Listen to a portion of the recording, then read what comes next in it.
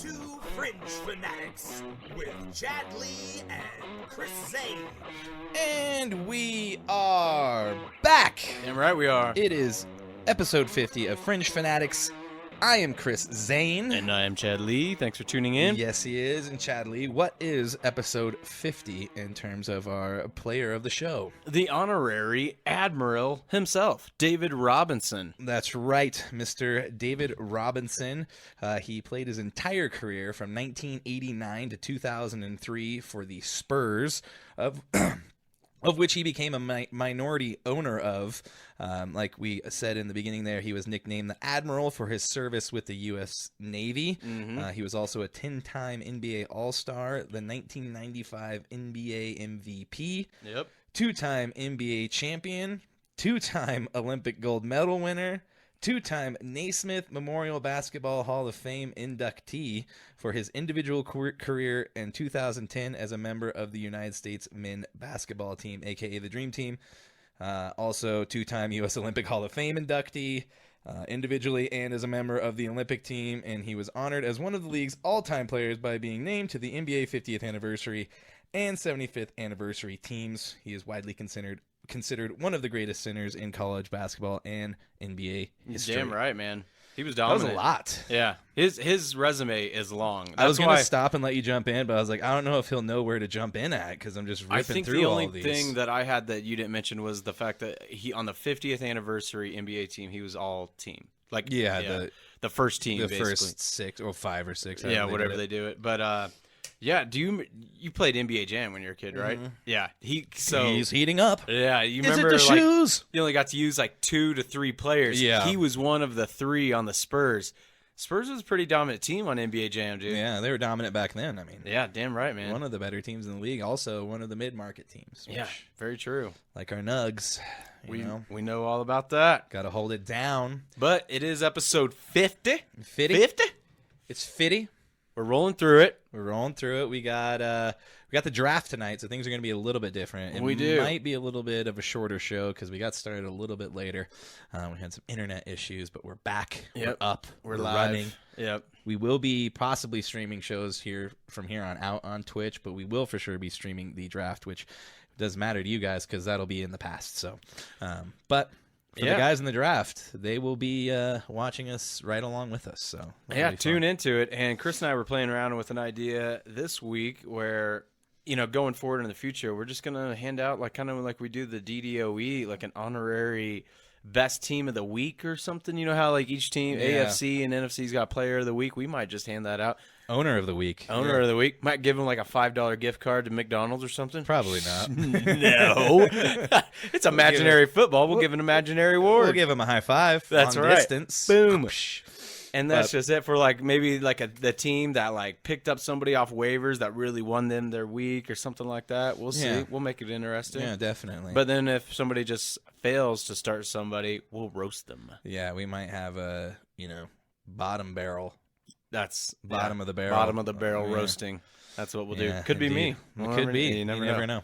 Yep. Could be me right out of the gates. We'll see. But Chris, I'm let's thirsty. do this shot, and then we'll talk about our weeks very briefly and get into the rest of the show. Here's to episode 50. Episode 50. 2 weeks indeed. from a year, man. Yeah. It's crazy. It's flown by, dude. Cheers to you guys. Thanks for sticking around with us. Cheers. Down the gullet. Yes. Woo! If you made it this far, please like and subscribe to us on whatever you're watching or listening to us on.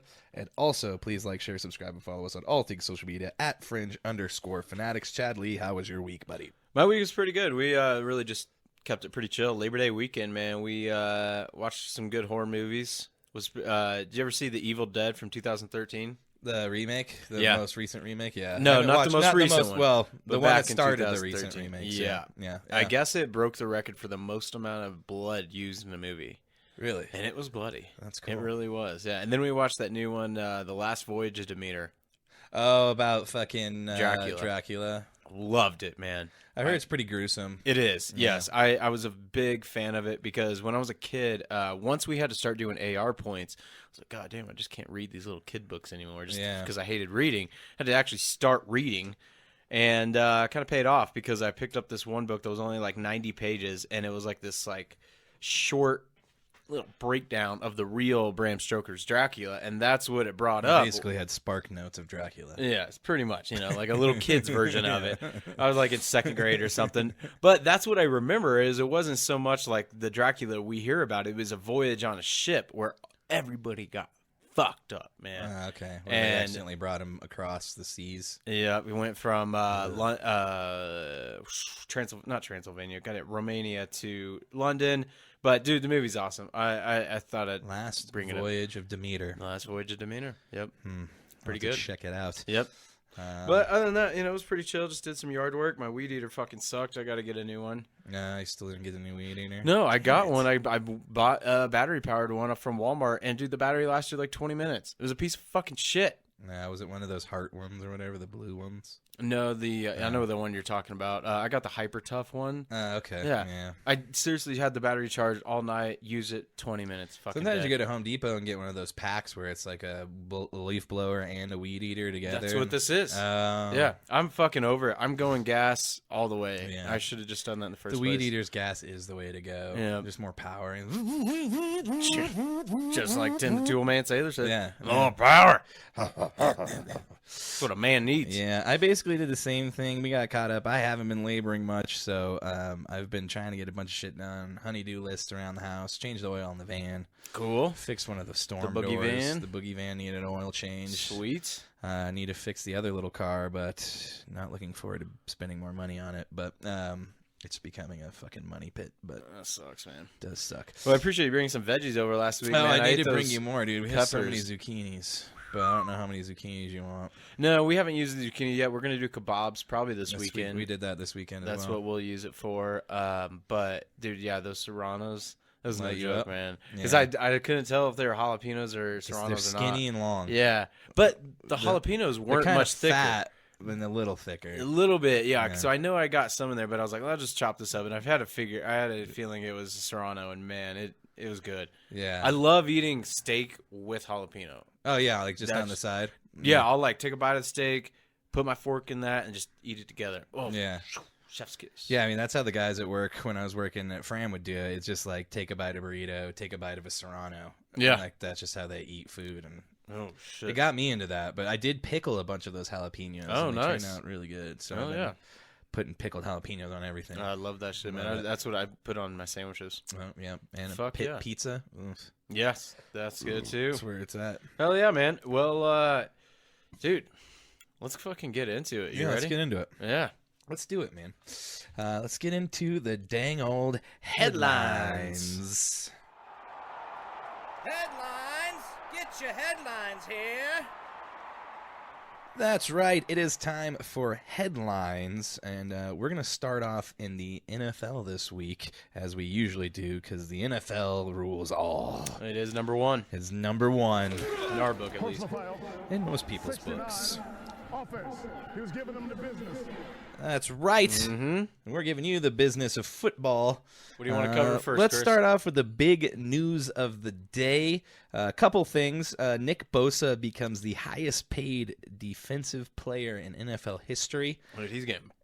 I don't know. I'm going to talk about this too real quick in a second, but $170 million 5-year deal, but none of that really matters. It's the guaranteed money, which is $122.5 Yep. guaranteed. So you're looking at a breakdown 5 by 122.5, $24.5 million a year. But riddle me this, Chad. There was a post I saw today about how many guys they are paying. Insane amounts of money that Nick, are all you got, going to be on the payroll. Debo Samuel, you got Christian McCaffrey. Let me tell you. Where is it? In 2024, they are due to pay Trent Williams $28 million, Debo Samuel $29 million, Eric Armstead $26 million, Fred Warner $25 million, George Kittle $20 million. Travarius Ward $18 million, Javon Hargrave $15.5, Brandon Ayuk $14 million, Christian McCaffrey $14 million, and now $24.5 million to Nick Bosa. Adding that to the cap already, it's $240 million is the team salary cap for next year. They already have $214 million on the book in just those players alone. Jesus. And I just to correct you real quick, you said $24 million. 24.5? It actually breaks down to $34 million Does per it? year. Yeah, Did you go off 'cause, 170? Yeah, 170. No, it's 122.5. You go off the guaranteed money. Oh, off the guaranteed money. Yeah, It would have been a lot if it was yeah. 170, Yeah. but you don't. I mean, that's If that's he like gets the all of extra that. year that nobody ever gets. Then, that, yeah. But yeah, if you went off that, it would be 34 and a half. But I mean, just the guaranteed money is just a safe bet because everything above and beyond that's probably not going to happen. I don't know how they're going to pay everybody, man. I mean, Brock Purdy, if he keeps playing the way he is, They're gonna have they to got pay another him. 2-3 years with him. Yeah. But still, that's a lot of money. Yeah, I don't know how you're going to fill out the rest of your 40 players. I'm sure they'll probably let Ayuk go after this year. Yeah, they might. We'll see. Yeah, but in other news, I'm going to talk about the Chiefs. Sad Sad news. Well, we'll talk about that real quick. Let me just say Carl Nassib did retire today. He was the first openly gay NFL player to come out. He was playing for the Raiders, played there 6 years and 1 year for the Bucks. In 2022, he did say he's just throwing it in. He's giving it all he's got, and it's been great. But time to move on. He's got a business. I forget what it's called, but it basically helps people find nonprofits for like what you're trying to find nonprofit wise. So it's like Cool. Yeah, all about donating and making the world a better place. So good for him. Yeah, definitely. But yeah, let's get into the Chiefs, Chad. Will Chris Jones and Bummer will news, Travis man. Kelce be suited up for Thursday night football? So I'll give you an update. I've been very tuned into this obsessively, unfortunately. I bet. As of today, Chris Jones was in Kansas City. He flew in from Miami today because he had it was already a commitment that he had made months ago. He has a partnership with McDonald's, so he showed up to Ronald McDonald House, did a bunch for the kids there. That was really good to see. And then, of course, there's tons of media there, which is, to me, kind of unethical. You think, at the Ronald McDonald House, you think you'd leave it alone. Yeah, but it's kind of a big deal right now, I guess. Yeah. It's probably a lot of sports media. So they asked him, just to sum it up in a roundabout way, he said, I just want to raise. And he said, I want to be a Chief for life. And he said, if I was to get a deal done today, I'd be playing tomorrow. So we'll just see.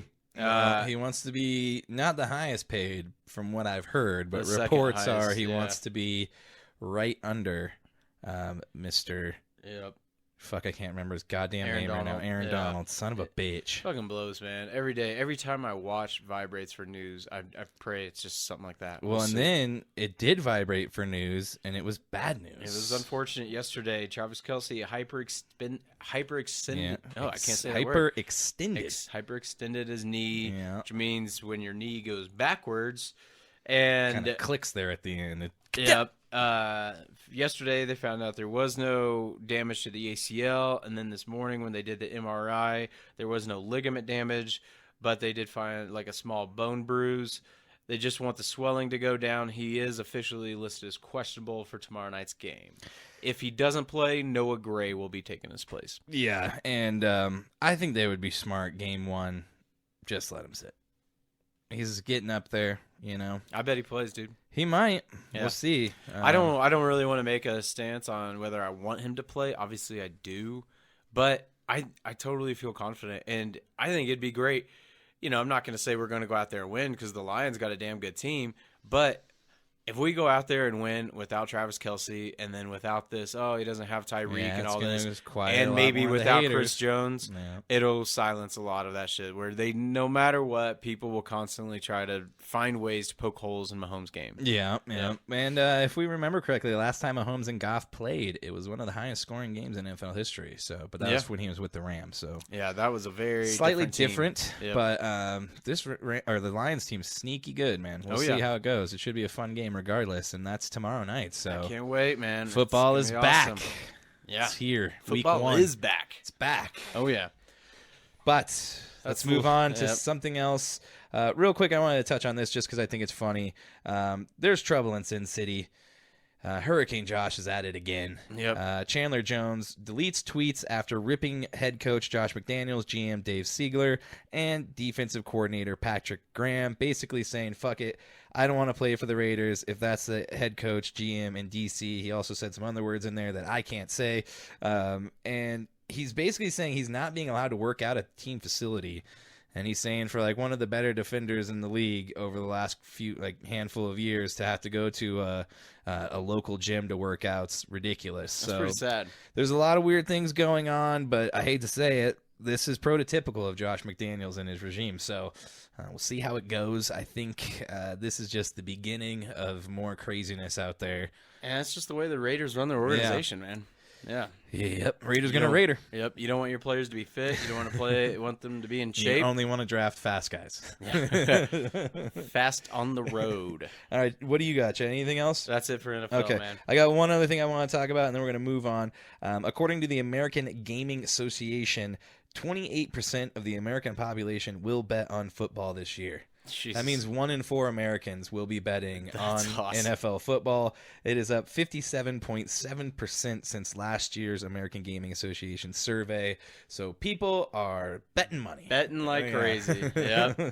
We know how that goes, but we're lightweight gamblers. Yeah. Yeah, we're betting small amounts of money. $5, $3 $5 parlays, trying to fucking hit home runs. We're just having fun. Sometimes you hit a home run, and then a lot of times you swing and miss. Yeah, it's swing and a miss. Just to All the right, outside. let's move into the NBA. Let's get into FIBA. FIBA. It's FIBA time, people.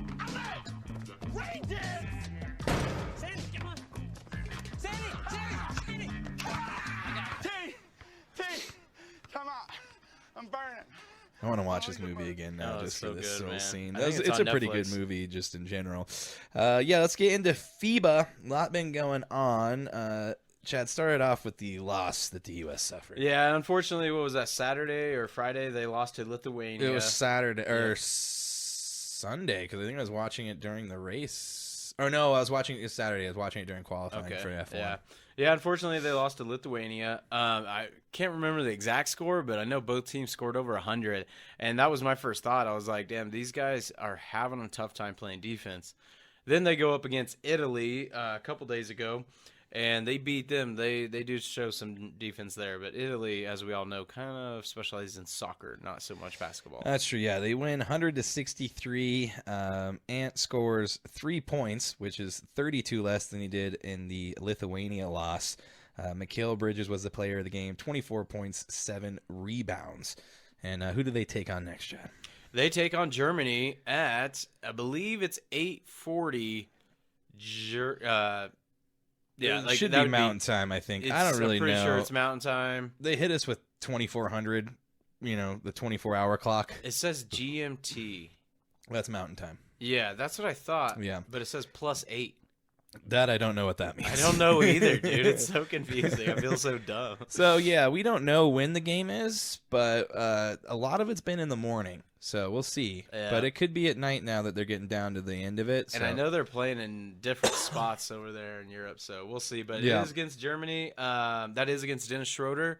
And I know there's another NBA player, but I can't think of it right now. Speaking of Dennis Schroeder, however you want to say it, Yeah. did you see the video of him and that coach getting into it for the Germany team? I did, yeah. Yeah, it got real heated. Real He's like, heated, don't man. put your fucking hands on me. That was And he's like, nuts. sit down. And he's just like, I'm not sitting down. Yeah. He's like, don't you ever talk to me like that again. He's like, got dude, I will nuts, buy man. and sell you. He's You guys "I trying made to act more-" like Bob Knight out there. he kind of looked like him, too. Yeah, he did. I was waiting for him to choke him. Throw a chair across the floor. Choke a fucking Well, player. dude, speaking of that, did you see Dylan Brooks shadow boxing in the hallway? Yeah, after the win for Canada over who was it? Slovenia. Yeah. So yeah, Dude, Brooks. how stupid did that look, though, man? He It- put on boxing gloves. Yeah, he got ejected, so he Yeah. had time to do it. He got ejected for technical fouls, doing his usual Dylan Brooks Right. thuggery, just causing Good problems. way to put it. But Luka Doncic also got ejected in the fourth quarter, right before Brooks. He was arguing calls all game, bitching at the refs for non-calls and the like. So He's got to grow out of that, man. he's really bad at it. So That's the bad. same thing with Jokic, though, too, man. Remember in the beginning there? Dude, yeah. He would get at least once a month, he would get thrown out of the game. You know they've got to be really frustrated on the way games are called here in the United States, but that's what blows me away is like Doncic is still doing it here. Yeah. And so it's like, dude, you That's just just the way got to he get plays, past it, man. Yeah. Like, just stop whining. In that game, though, Shai Gilgeous-Alexander had 31 points for Canada, and R.J. Barrett had another 24 in the 100-89 win, which leads them into playing Serbia I believe, in the next round, if I'm not mistaken. So I think that's the way this goes, is Serbia and Canada is going to play on Friday too, and then whoever wins between them and then the United States and Germany will then meet for the final. Yeah, I think that's what's happening. And we just think about it. We missed out on Jokic versus Murray. It would have been fun. That would have been cool. It would have been fun, but I'm glad they're not playing because we need them. Yeah, no way. Yeah, that NBA is more important. Is going to do it for the NBA. Again, we are flying through this tonight because we got shit to do. So let's move in to the NHL. We're going to hear a foghorn leghorn right now.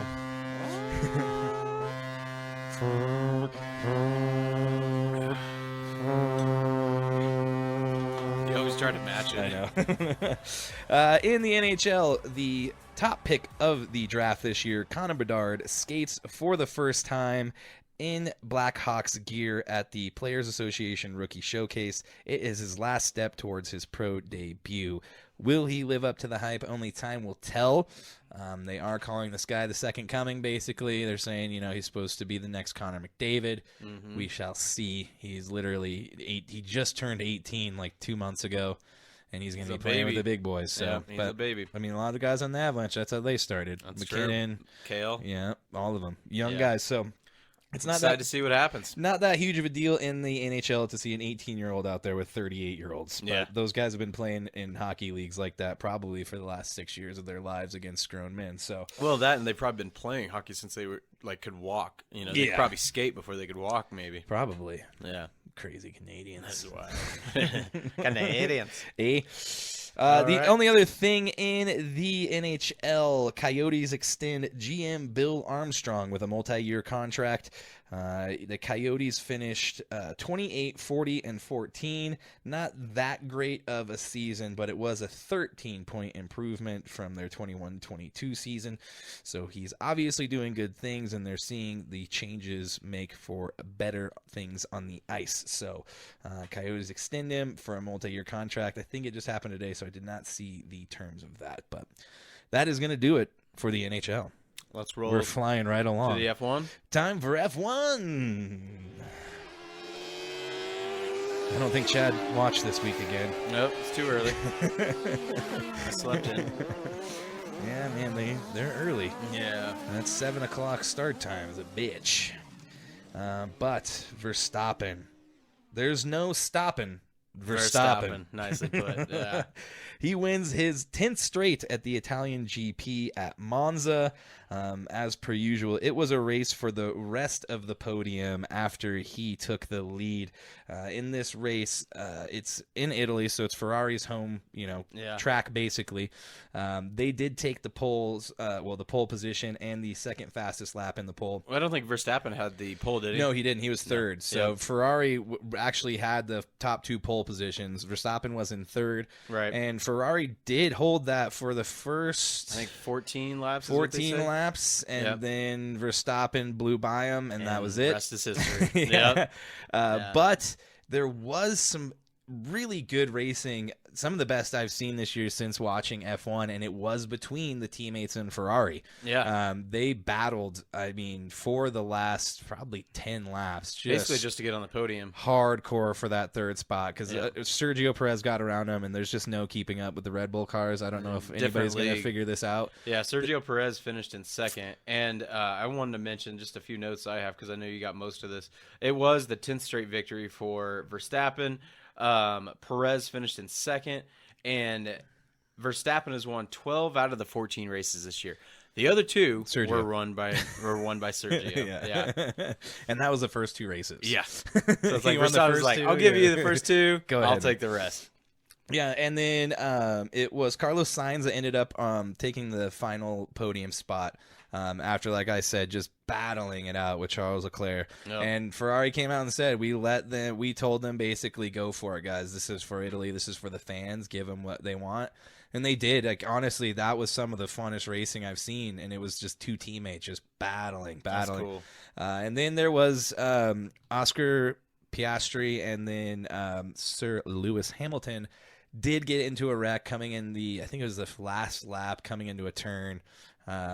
they ended up just wrecking, and then there was a cool moment at the end where Lewis Hamilton came and apologized because he did kind of undercut him. But there was some couple wrecks. It was a really fun race. So That's cool. Yeah, we'll see what happens.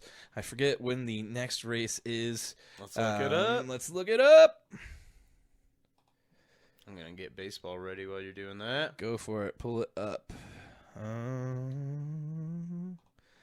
Calendar and results.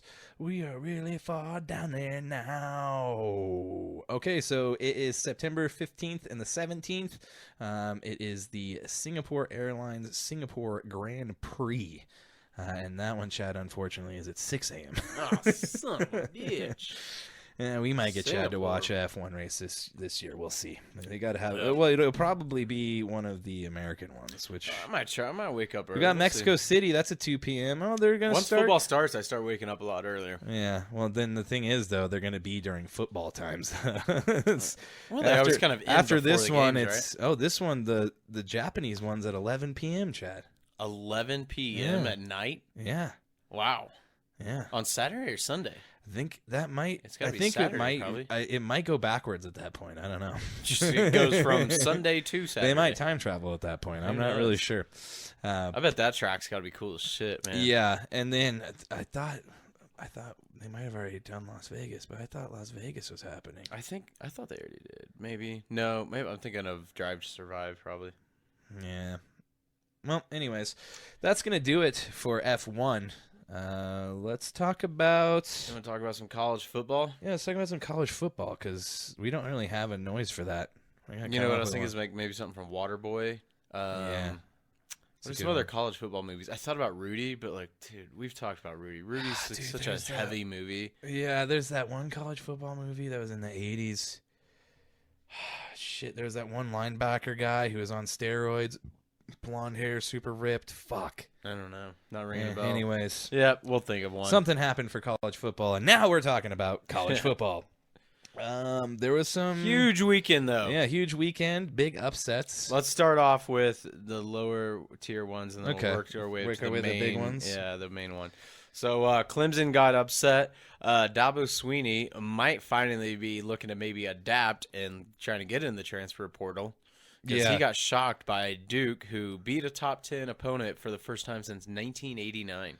Yeah, it's pretty wild. And Dabo was one of those guys who was very, very vocal about things that were he Yep. wouldn't name people, but people in the Pac-12 and all the bigger SEC teams and the way they use and abuse the transfer portal. Yep. And look what happens. Yeah, might want to come do that. Yeah. And Duke won 9 games last year. You know, they're known Yeah. for basketball school, but I mean, what I just talked about Noah Gray that might play in the place for Travis Kelce. He came from Duke. Yeah, I think it's funny that everybody hates Duke in basketball times, but like once it comes to college football, it was like, yeah, Duke's not bad. Yeah, it's the underdogs, man. People root for the underdogs. Yeah, it flips in basketball Yeah. for them.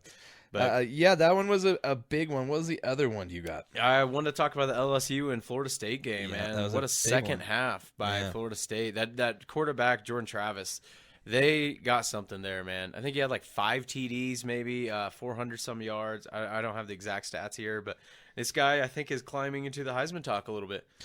Yeah, we'll definitely see that. There's going to be some Heismans on the team we're going to talk about next, but Yep.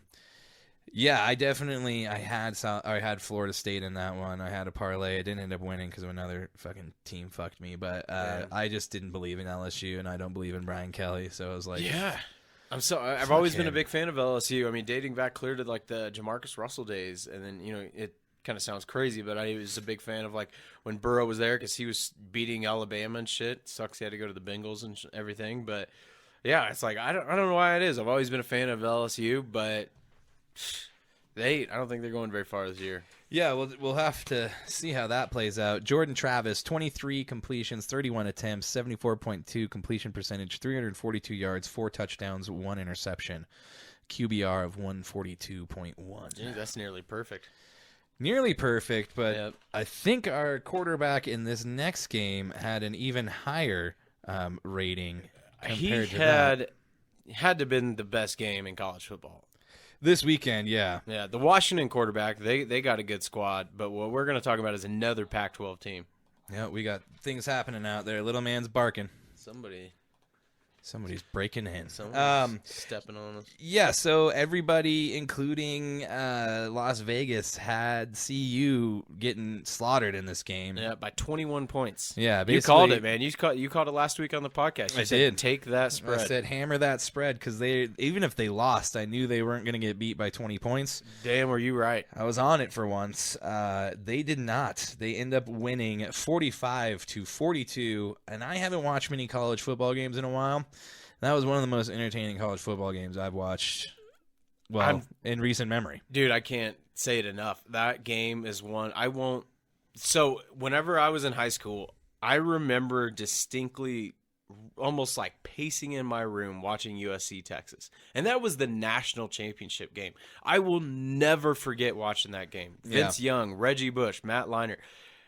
This game gave me the same type of feeling, man. Even though it wasn't for a national championship game, it was back and forth. You see Travis Hunter snagging interceptions on the goal line, playing both ways. Shadir Sanders playing like a Heisman candidate first game of the season. Yeah, did you see there's a video of that play in the end zone, and all the TCU kids are yelling, "Throw it to Hunter! Throw it to Hunter!" They talked shit to him right before that happened. He caught that ball and just shut them down. How fucking funny, dude! I think I saw one reaction of one of the kids afterwards, and he just has a look on his face like, "Oh, like maybe I shouldn't have done that." Yeah, and did you see Shadur and his NIL money doubled? Yeah, I think it's crazy. He's got deals with Beats by Dre. I think it's gonna jump up to I don't want to say the number, but yeah, dude, he's going to be getting paid, and man, he deserves it, dude. All of his passes where there was the short ones to Braylon. Is it Braylon Edwards, the running back? I think. That's right. Dylan Edwards. Yeah, I didn't know he was from Derby, Kansas. Yeah, he also was a transfer just this year, I think. Yeah, from was it Florida or somebody like that? He came from another. I can't remember where he came from, but yeah. Coming from Derby, Kansas, dude. Derby is a small Kansas West, like in the middle of nowhere, fucking town. So for him to come out and play like that, I think that's pretty fucking cool. Yeah, he had 5 receptions, 135 yards, 3 touchdowns, a long of 75 yards, and then he also had 1 rushing touchdown, 6 carries, 24 yards. Yeah, and then Shadur Sanders, 38 for 47, 510 yards, 4 touchdowns. I could not believe it, man. When TCU scored with 7 minutes left. Yeah, it was 7 minutes left. I was like, damn, dude, I don't know. It's gonna be tough. I was like, hey, maybe this is a good story. They just really couldn't stop him. That was the problem. They just couldn't, man. And they ran like the same play to Edwards and Shadir. Like I said, Shadur, man, he was so accurate with his passes. It blew me away. And it's a lot of those, like he was scrambling around trying to make plays on the whim, and still. Yeah, there was that one. He went to the right, and it broke down, and he fucking curled back to the left, and that dude's just fucking standing there, like, hey, boom, me the wide ball. open. It was impressive, man. And then he comes out and says everybody's like, well, you said that the FCS and the FBS are no different. He's like, the only thing that's different to me, he's like, not everybody out there is going number 1. He's like, there's not everybody's going to be in a first-round draft pick. Yep. And he's like, the only thing that I saw that was different is that the defensive linemen get off blocks way faster than they do in, like, the HBCU. Yeah. And, yeah, he's like, there's players in the HSBCU just like there is in the Pac-12 and all this stuff. He's like, you have really good DBs, you have really good cornerbacks. He's like, it's just the defensive line.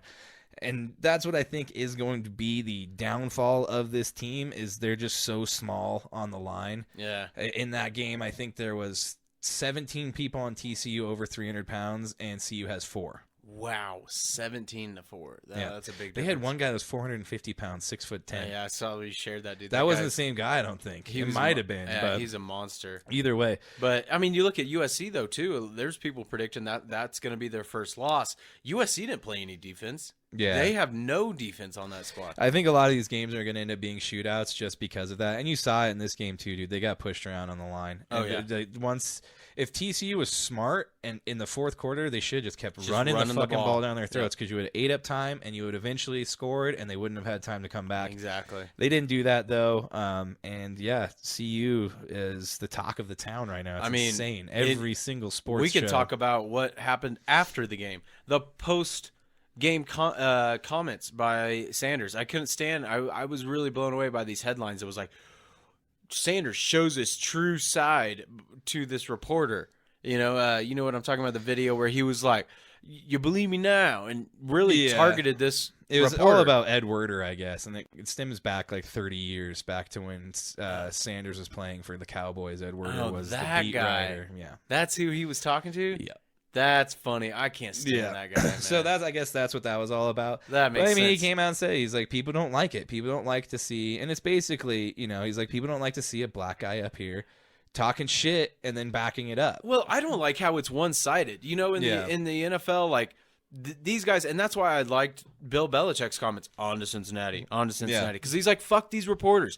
They get to sit there, and it's almost like they have immunity to where they can ask these super invasive, personal questions. How a team's sucking? You just fucking lost, and then you're gonna ask them about that Why loss. are you sucking? Yeah, why are you sucking? But a coach has to have composure. He has to have a lot of tact with his answers. Why should it be that way? It should go both ways. And so I appreciate Sanders for being like, what? You believe me now? I just appreciate the honesty, He's like, this is who I am. Yeah. I think there's one thing he says, like, God made me. He's like, you don't have any say on how I act or what I do. He's like, I am me, and I will do what I want to do, and that is what it is. Dude, that pregame speech, man. That should not give you chills. Dude, it got me pumped. Dude, the thing that was so crazy, he's like, we ain't coming, and the team's like, we here. Like, like just at once, and you're like, dude, they have fucking bought in. They are. Yeah, and they that's are what's a so unit. nuts is he was the news story 2 days before that was I'm he getting doesn't chills believe just in talking about it. culture. He doesn't believe in culture, but it's like if you have the players, they kind of create that culture. It's almost like I'm finding a hard time getting the right word right now, but it's basically like you don't have to instill culture like Urban Meyer it just did grows or anything. naturally. It just grows organically. Yeah, Organically, that's what I was looking for. Because he was like, we ain't got tomorrow. We got now. Yeah. We don't. I loved that. And then just afterwards, Shador and then Travis Hunter's like, God did. I love that shit, man. And then, we didn't really even touch on Travis Hunter, dude. I think it was 120-some snaps. Unbelievable, dude. 11 receptions, 119 yards. They're talking, that's Charles Woodson, Champ Bailey type numbers, man. Yeah, that's the it. last time we saw a two-way player like that. But they only had in a season, I think, 3 interceptions and 20 receptions. Yeah. Travis already has 11, and they did that in the whole season. Yeah, he's going to shatter that. One game, dude. And he's like, I don't even like sitting on the sidelines. It's boring. So he's just like, I like to play. Awesome, man. Super impressive, dude. I just can't. I was tweeting for the page afterwards, and the first thing I could think of was just instant classic. I went back and watched the highlights twice after that, just because it was that entertaining. I don't think we've ever seen such like a complete turnaround to this point like that, where it's like CU wasn't even talked about last year. They won one game. Not at all. Deion's here, shows up, and in one game basically completely changes the narrative. Yeah. Dude, tickets now are doubled for all of the games. It's like $400 to get a CU ticket. That and all of the single game got bought out after that. The season tickets got bought out in the spring. But, that, and then you look at talk about the turnaround. Them and talk about Texas State. Texas State just beat Baylor. They had a ton of transfers. I think they were the second most. Transfers because there was only 3 returning starters for CU this year, which is insane, unheard of in college football. They basically just fired everybody, flipped the whole team. I could imagine being those 3 guys. Like, damn, I survived. Shit. I wouldn't feel very comfortable. Like, I could be gone at any moment. Dude, I saw this picture. It was one of the TCU guys talking to Deion, and there was a picture that said, "This is the last thing as a coach you want to see." Is Deion talking to one of your players after? Oh yeah, because he's gonna be. He's gonna be like, "Come on over." Well, it was even fucking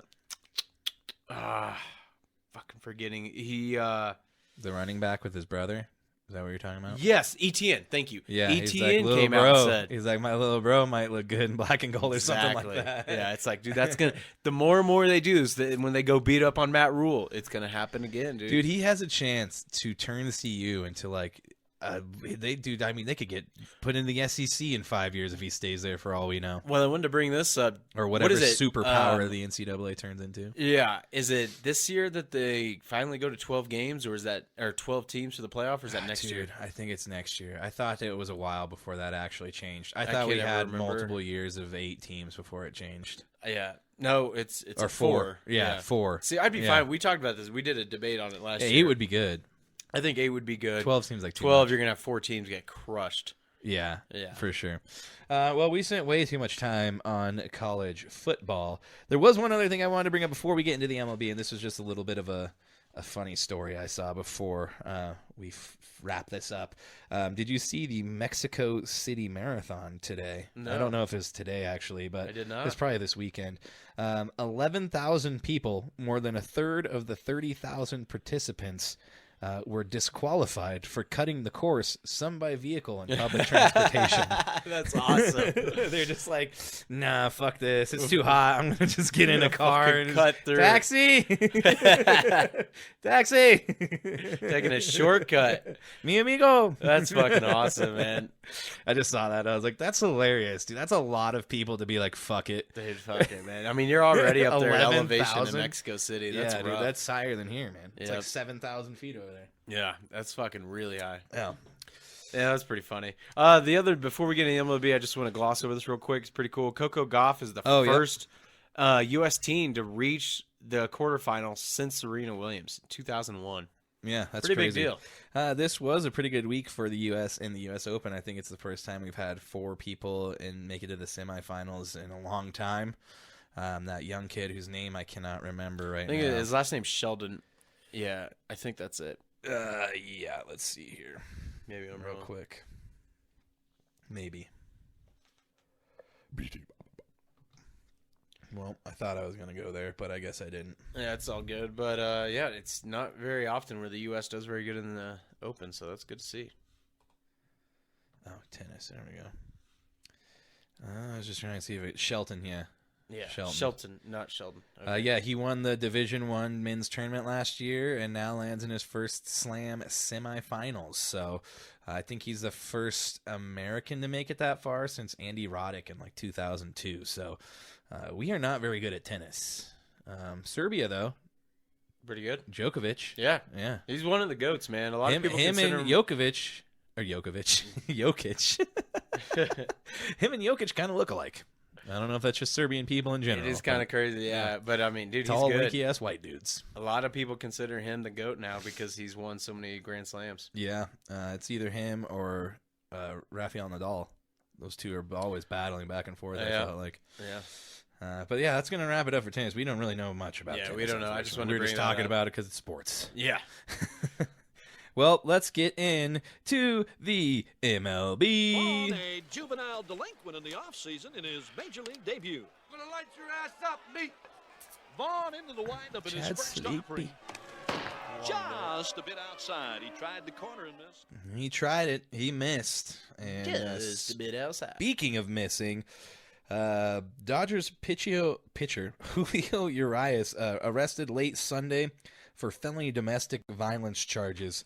It'd be one thing if this was the first offense, but he was arrested on suspicion of battery in 2019, suspended 20 games, and completed a 52-week domestic violence course, which apparently didn't do much because here he is now the first player to be suspended twice under the MLB Joint Domestic Policy Agreement. Not a good dude.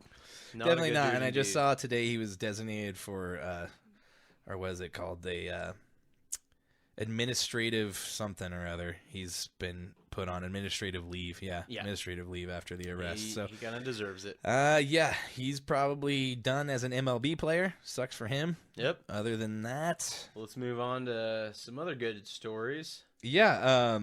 You got what do you got? You're just gonna hit I want the... to talk about the Braves. and the Dodgers series. I know this was a few days ago, but I just wanted to cover it because last Friday I really got it. Might have even been Thursday where it started, but it was a 4-game series. It was really intriguing because it's two of the best teams in baseball. The Dodgers were taking on the Braves in L.A., and the Dodgers, I believe, they were on a 6-game winning streak, and the Braves came through and took 3 out of 4 on them. And the first game, holy shit, it was exciting, dude. I was telling my mom the other day, like I said, she's the one that got me into the Braves. I've watched probably more baseball this year than I have in my entire life, probably. You did since we've known each other. Yeah, That's the most for sure. I've heard you watching baseball. And I was watching this game, and it was super fascinating because not only are the 2 top leaders in the MVP race for the NL going up against each other, Mookie Betts and Ronald Acuna, but then also you got the other 2 with Freddie Freeman on the Dodgers and then Matt Olson. So, I mean, these are clearly the top 2, way above everybody else. And this game went down to the wire. The Braves ended up hanging on. I think it was like 9-8, but it went back and forth. Mookie Betts would hit a home run. Then Acuna went up and then hit a grand slam. He also hit that one home run that I think was the hardest hit baseball this year. 450-foot, 7th 450-foot home run of the year. 121 velocity off the ball, dude. Yeah. Unbelievable, man. Yeah, I watched the hit, and it got out just as quick as he hit it. It was like, and it's already Right in the off the stands. Like, And then holy you see shit. they got a snapshot of Mookie Betts just react. like, He's reacting like, God damn, yeah. man, he hits hard. Oh, shit. And in that series, he did finally become. We previewed it last week, where he was almost at that this milestone, which nobody's ever done 30 before. and 60. 30 and 60. 30 home runs. I think he's at like 32, 33 now. Yeah. And then 60 stolen bases. First player ever to do it. Unbelievable, Yeah, we man. posted that in our stories. Yep, yeah. As soon as it happened. We're trying to stay up on that stuff for you guys. Dude, so make sure to follow us for all the upcoming and breaking news. And you know? in this series, I mean, there was just a bunch of milestones that they crossed. The Braves hit for a season, over 250 home runs as a team. That is their new team franchise record, and it's just and this was at the end of August. Yeah. We still got another month of baseball to go. Their top leaders in home runs, like the top leaders, like the 6 guys or 5-6 guys they got, lead 17 other teams. Yeah, it's crazy. That's fucking nuts, dude. They're sluggers, man. They're dominating. Yep, but in Absolute the past domination. 2 days, I got to mention, I would be remiss without mentioning, they have dropped the last 2 to the Cardinals, the shitty Cardinals, over the last 2 days. Yeah, well, Kind of a it's bummer. always those teams that are trying to be spoilers at the end. That'll Yeah. get ya. One other thing I want to talk about, flipping over to the American League. Giancarlo Stanton hits his 400th home run. He did it in 1,520 games. He is the 4th fastest in history behind Mark McGwire, 1,412. Babe Ruth, 1,475. Alex Rodriguez, 1,489. And Albert Pujols, 1,523. Yeah, so that's about all that's good coming out of the Yankees. Yeah, that is a good feat, getting over 400 home runs. That's Definitely. not easy to do. There was another really good series this weekend, and that would be the Astros taking on the Rangers. I'm glad you brought that up, in dude. Altuve, New man. York, yeah. Altuve also, let's talk about some home runs right now. Dude went Altuve yard. hits 3 home runs in his first 3 at-bats in each of the first 3 innings, giving him 4 straight home runs going back to Monday's game. That is now 5 homers in 6 plate appearances. It is the most in a 2-game span in Astros history, Yep. and tied for the most over 2 games in MLB history. He was the first player since 1961 to hit 4 home runs in 4 appearances, and the 4th to hit 5 home runs in 6 appearances since Manny Ramirez in 98, Sean Green in 2002, and Josh Hamilton in 2012. Yeah. So Altuve's raking right now too, This which is is- crazy. this He's is like scary. 5'7". Yeah, no, I think he's tiny. 5'6". They talked Yeah. about it on PTI, dude. He's fucking short. But and he just fucking just rakes. hits it hard, man. I mean, just like John Daly. Yeah, that little hit, grib it and ribbit. Yep. That little body gets around quick, you know. But that was a big series for them because they were going up against the Rangers, who the Rangers are clipping at their heels. So that was a big win for them. Definitely. That's all I've got for the MLB. Do you want to run down the standings? I real do. Real quick, let's just run this down. We're getting down to the wire. quick? Down to the wire. 87 and 51. The Baltimore Orioles in the East Division, leading the division. 3.5 games up on the Rays. Central Division, the worst division in baseball. 73-67, the Minnesota Twins, 6 games up over the Guardians. Then the Astros, who we just talked about, 79-61, just 1 game up on the Mariners, and the Mariners are winning their game right now. So that one's going to come down to the wire as well. That's going to be good. Then you got in the National League in the East Division, the Atlanta Braves, 90-47, already to 90 wins, 14 games up on the Phillies. Central Division, the Milwaukee Brewers, 77-62, just a game and a half up on the Cubs. The Cubs have been really climbing. They're getting up there. Then you got in the West Division, the LA Dodgers, 84-53, but they are 13.5 games up on the Diamondbacks. They got that division wrapped up. Yeah, and the Diamondbacks just beat up on the Rockies today, 12-5. Yeah, the Rockies are 34.5 games back. The season's not over. We're coming. Yeah, it's over. Yeah, I think right now I should have put money on them to lose over 100 games because I think they're gonna. Yeah, 12 games to 100. They're at 88 right now. But yep, baseball's getting good. It is. That's about it for baseball. It is. Chris, so let's hear some music. We have a new music break artist this month. We do. And it is Chad's cousin, correct? Yep. Your cousin. I believe he's like my third cousin. I think one second or third cousin. NUKE BUSHNER. He hails from Parsons, Kansas. Yeah, I believe he's got a house around Nashville or something like that. He is signed to a label. I didn't even pour you a shot. That was insulting. See, what kind of a friend am I? That was after I don't even know how many years it's been. Nothing surprises me. Jeez, that was rude, man. That's just a fucking asshole. I didn't even think about it. Just a fucking selfish cold-blooded fucking asshole. Only a shot from me. Yeah. But pretty cool story about NUKE. I want to say it was like maybe 7 or 8, maybe 5, 6 years ago, something like that. He went on American Idol and went really far. Yeah, straight up Simon and all those guys, got to meet him, sang on the show. Was Randy there?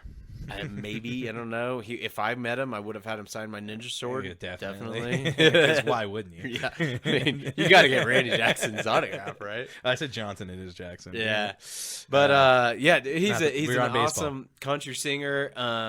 It's a little more towards like the outlaw type country, which I really enjoy. Does really good covers of George Strait and everything like that, but of course he does a lot of his original music, and just isn't one of those fake country singers that just sings about country stuff. He really does catfish, hunt, country life through and through. I hope you guys enjoy his music. Definitely. So you are about to hear NUKE BUSHNER, and the song is called "A Country Boy Kinda Thang." Let's hear it. Coming at you now.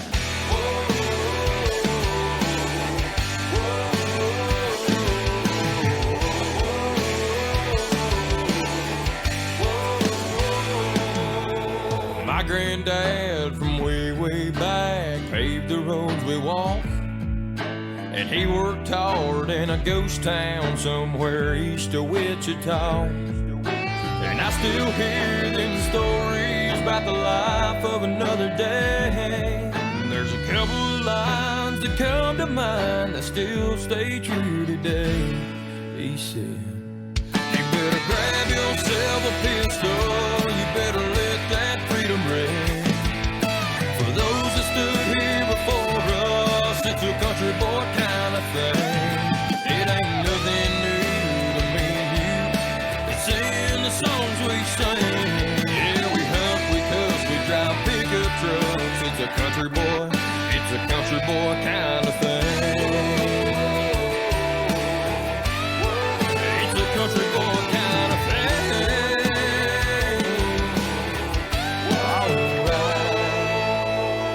I was in the honey hole when the sun was coming up, shotgun and a turkey call, watching that old time strut. I can still remember all the stories about my grandpa, and now he's looking down on me, singing these songs. You better grab yourself a pistol, you better let that freedom ring. For those that stood here before us, it's a country boy kind of thing. It ain't sing. Yeah, we hunt, we cuss, we drive pickup trucks. It's a country boy kind of thing.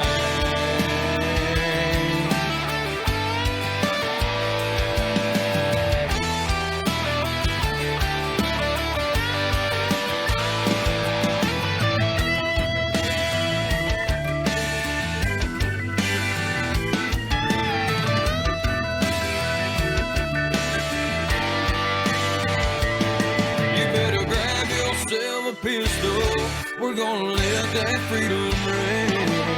For those that stood here before us, it's a country boy kind of thing. 'Cause it ain't nothing new to me.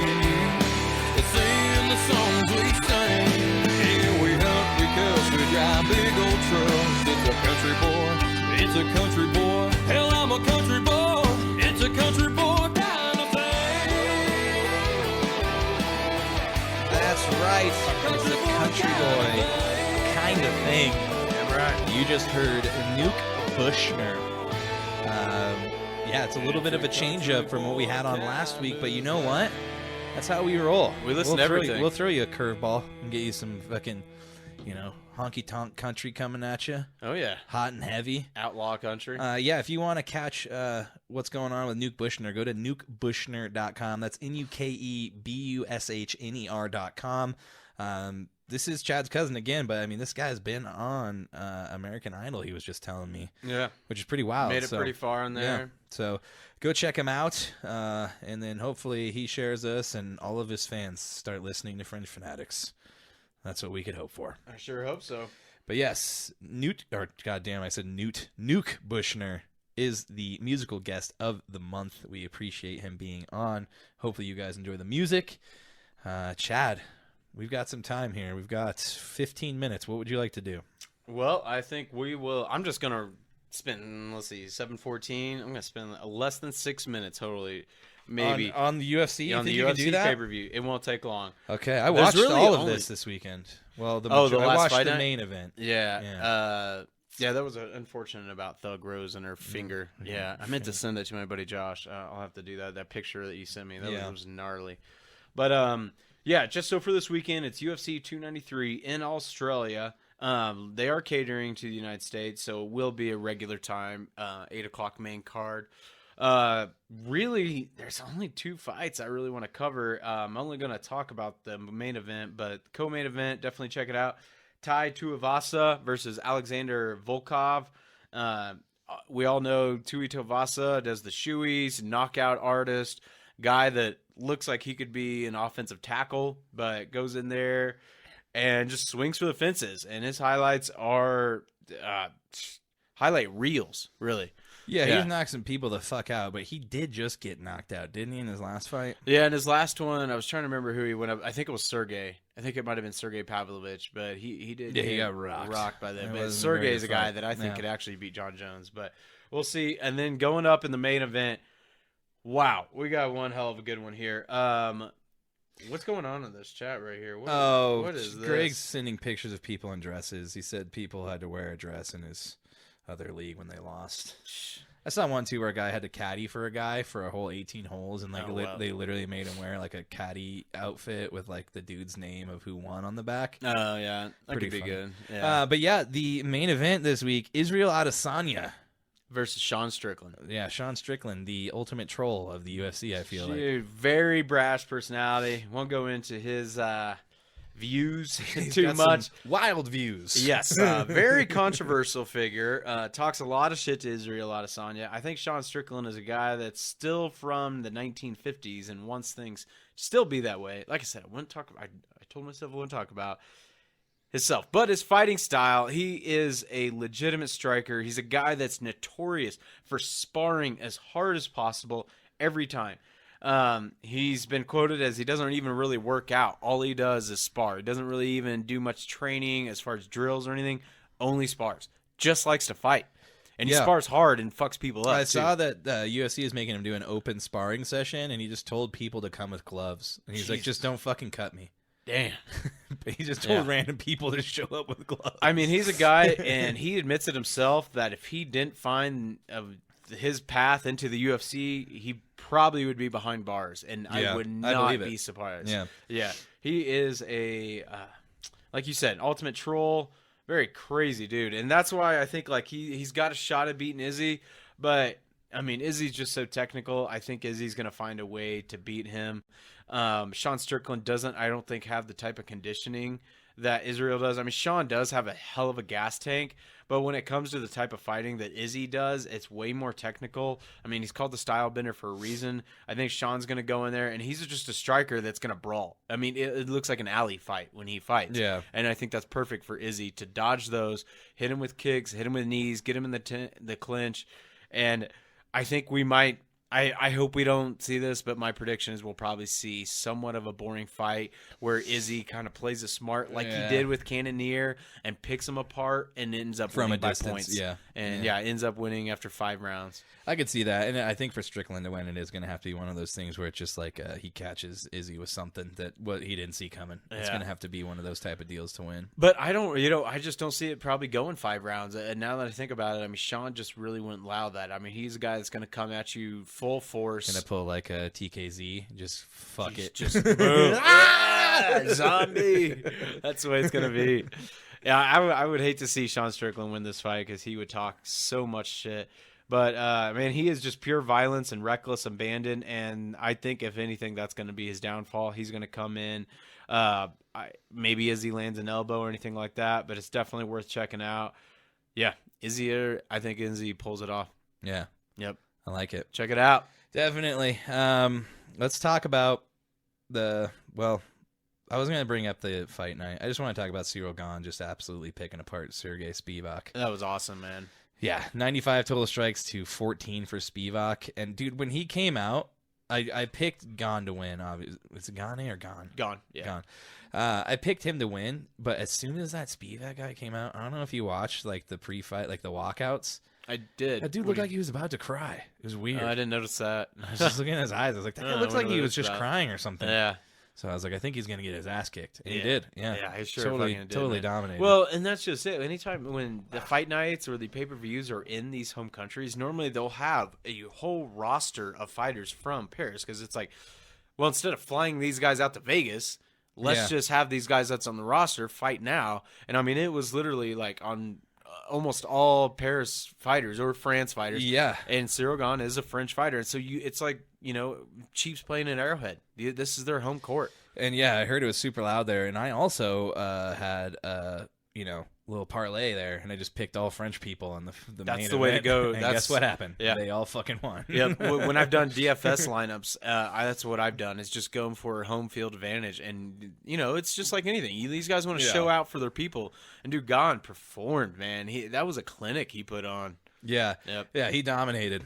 Just absolutely picked him apart. That guy didn't know what was coming, and he just was getting pummeled. And he started rocking him with those body shots, and the guy didn't even. Man, I he forgot wasn't even about blocking. that, dude. He just boom. Yeah. The guy was up here, just covered up, and Gane just.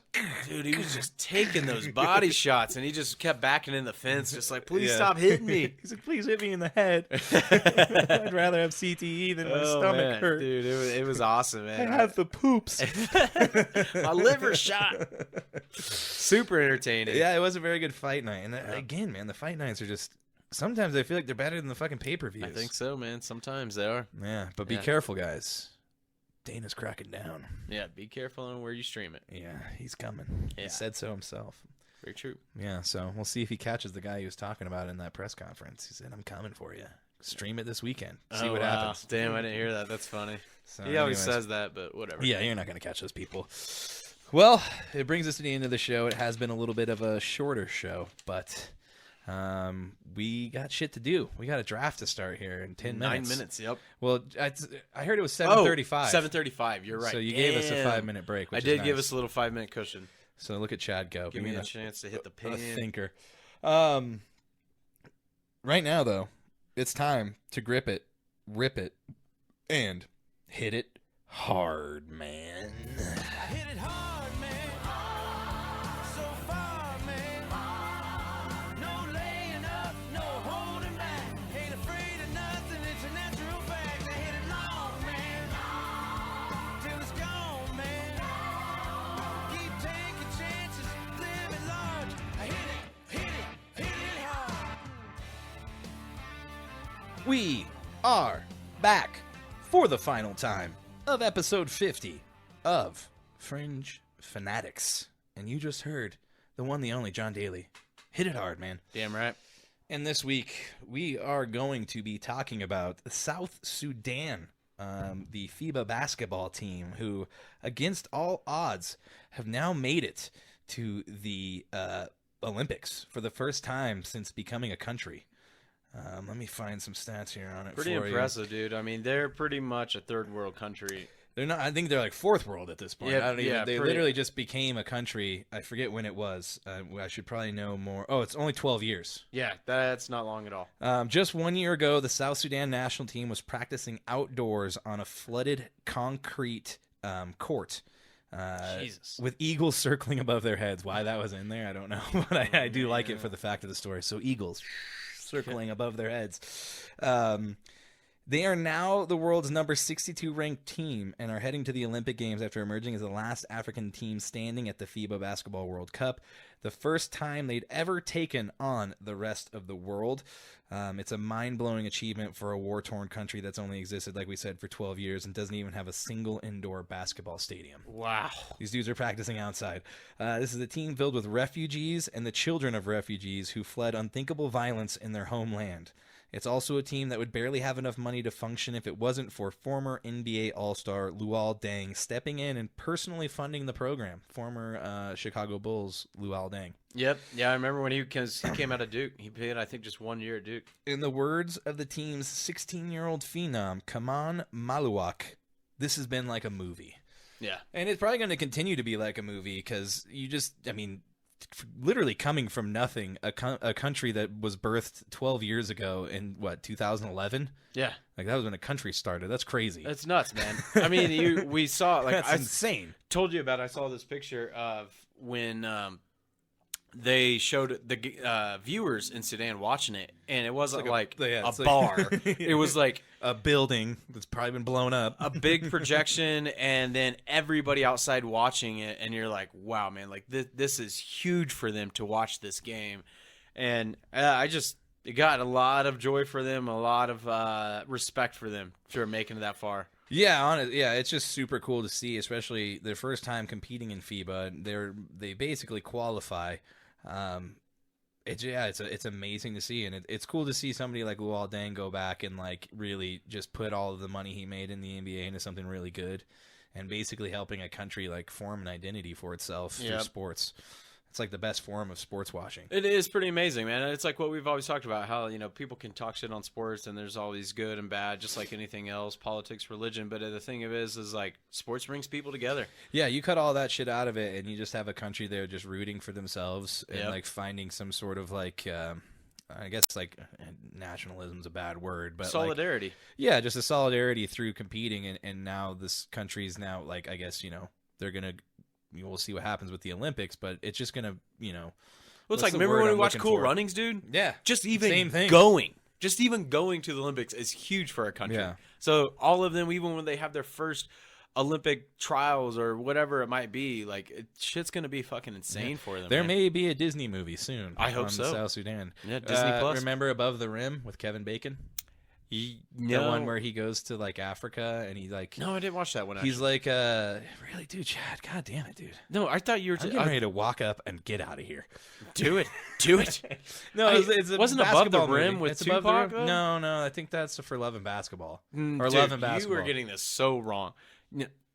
Careful with what you're saying, because For Love and Basketball was about a love story. Above the Tupac Rim was is in that movie though. No, he wasn't, dude. Above the Rim's with Kevin Bacon. Oh my God, you're talking about a different movie, God, man. I'm looking it I'm up right Googling now. I'm gonna Google it first because I'm a faster typer. No, I've already got a bookmark, dude. No, you don't. IMDb. No, Above. How right am I? You are right. Shit. Take a shot, motherfucker. I don't want it yet. Above the Rim is with Tupac at Rutgers Park. Oh yeah, you're right. Okay, Yeah. so Kevin Bacon basketball movie. What am I thinking? The air up there. Fuck. Yeah. I thought it was Above the Rim. So the air up there. Anyways, The air up it's there. basically about this, where this like former like college scout, NBA scout, starts going to Africa to find new basketball talent. Oh, that's cool. It's got Kevin Bacon Oh, in it. yeah. Son of a bitch. That's cool. I'm pissed. I want to watch the new one with Woody Harrelson. You know what I'm talking about? Oh, Champions. Yeah, something Yeah, like that. I it's thought you called were going to Champions. say White Men Can't Jump too. Nope, Or we've White talked Men about Can't it. I Jump. refuse to watch that. Dude, you have to give Jack Harlow love, though, because he put Jamal Murray in his Yeah, I new think video. that's awesome, but I'm not going to watch that movie, man. Whatever. There's only You're one a White Man loser. Can't Jump. All right, guys. Now that we've gone off track there, this is the end of episode 50. To South Sudan. To South Sudan and Luau Fuck Deng. North Sudan, but South Sudan. Yeah. We're all about you. Well, we don't know for sure. North Sudan might be cool. I don't know. That's probably why they separated, dude. Maybe a Usually civil war. one of them's were bad. Yeah, that's the way it normally goes. But Luau respect to Deng, them. South Sudan. Here's to making it to the Olympics, and here's to our draft, and here's to episode 50. Episode 50. 50. That's a milestone, man. Cheers to you guys if you made it this far. Like and subscribe to us on whatever you're watching or listening us on. And always, please like, share, subscribe, and follow us on all things social media at Fringe_Fanatics. Chad Lee, I love you, buddy. Love you, buddy. And on that note, Cheers, my good cheers friend. to you guys. I got to hit that outro music. Thank Get you guys it. for sticking around. Thanks for listening, guys. We'll Much see you love. guys in the draft Much here love. shortly.